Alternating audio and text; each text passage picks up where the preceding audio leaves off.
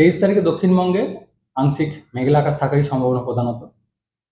শুধু উপকূলের খুব কাছাকাছি বিশেষ করে পূর্ব মেদিনীপুর, দক্ষিণ চব্বিশ পরগনা এই জেলাগুলো দু এক জায়গায় খুব হালকা ধরনের বৃষ্টিপাত থাকতে পারে। প্রধানত আংশিক মেঘলা আকাশই 23 তারিখ দক্ষিণবঙ্গের জন্য। 24 তারিখে দক্ষিণবঙ্গের জেলাগুলোয় দু এক জায়গায় বৃষ্টিপাতের সম্ভাবনা থাকছে, দু এক জায়গায় বজ্রবিদ্যুতেরও সম্ভাবনা রয়েছে 24 তারিখে। 25 থেকে 26 মেনলি পশ্চিমের জেলাগুলোয় দু এক জায়গায় হালকা ধরনের বৃষ্টিপাত কিছুটা সম্ভাবনা। বিশেষ করে 25 তারিখে যদি বলা হয়, পূর্ব পশ্চিম মেদিনীপুর, ঝাড়গ্রাম এই সাইডটা হয়তো দু এক জায়গায় থাকতে পারে।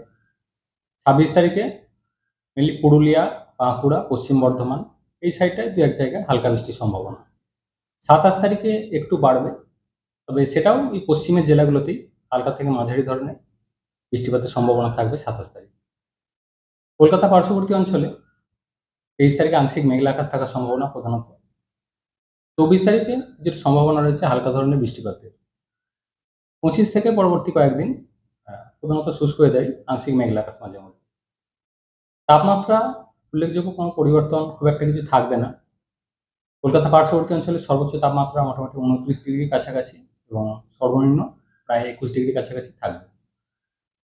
উত্তরবঙ্গের জন্য 23 থেকে 24 এই পিরিয়ডটায় দু এক জায়গায় হালকা বৃষ্টির সম্ভাবনা থাকছে, কিছুটা বেশি থাকবে দার্জিলিং, কালিম্পং এই সাইডে। এরপর উত্তরবঙ্গেও প্রধানত শুষ্ক ওয়েদার থাকবে, আংশিক মেঘলা আকাশ। স্যার এই সময়টা অনেকটা কালবৈশাখীর মতো পরিস্থিতি মাঝে মধ্যে তৈরি হয়।